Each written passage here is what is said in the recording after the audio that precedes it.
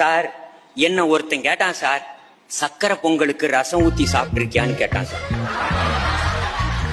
அப்படி அவன் என்ன கேட்டான், உனக்கு வயசு என்னன்னா 50 ஆச்சுன்னு. 50 வயசுல இழந்துட்டியா அப்படின்னா.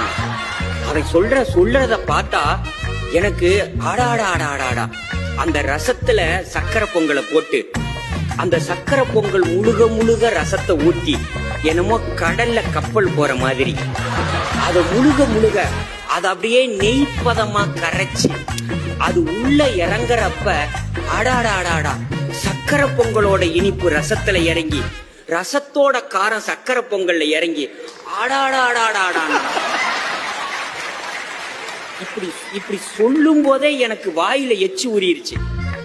உடனே வீட்டுல போய் ராத்திரி நிகழ்ச்சி முடிச்சிட்டு வீட்டுக்கு போறேன். என் மனைவி தூங்குனாங்க. எழுப்பி ஒரு அடுப்புல சக்கரை பொங்கலை வையி, ஒரு அடுப்புல ரசத்தை வையின்ட்டேன். ஏன் நல்லா தானே வீட்டை விட்டு வெளியே போனேன், இப்போ உனக்கு என்னாச்சு?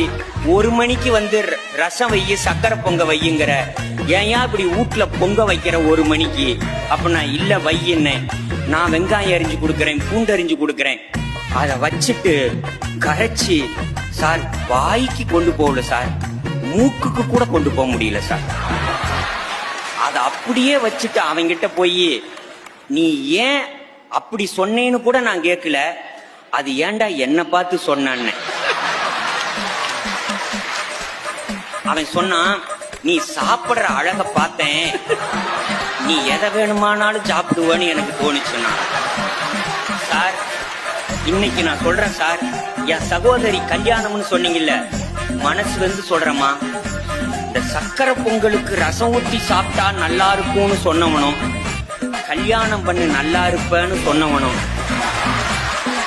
2 பேரும் ஒண்ணுதான் சார். அவன் நல்லா இருந்தெல்லாம் சொல்லல, நமக்கு ஒருத்தன் சொன்னா நாம சீப்படுறோம், நாம ஒரு 4 பேத்துக்கு சொல்லுவோமே அப்படின்னு தான் சார் சொல்றான். இப்ப நான் சொல்றேன், கல்யாணம் ஆகும்போது எல்லாருமே சொல்லுவான் சார், போக போக சரியா போயிடும்னா.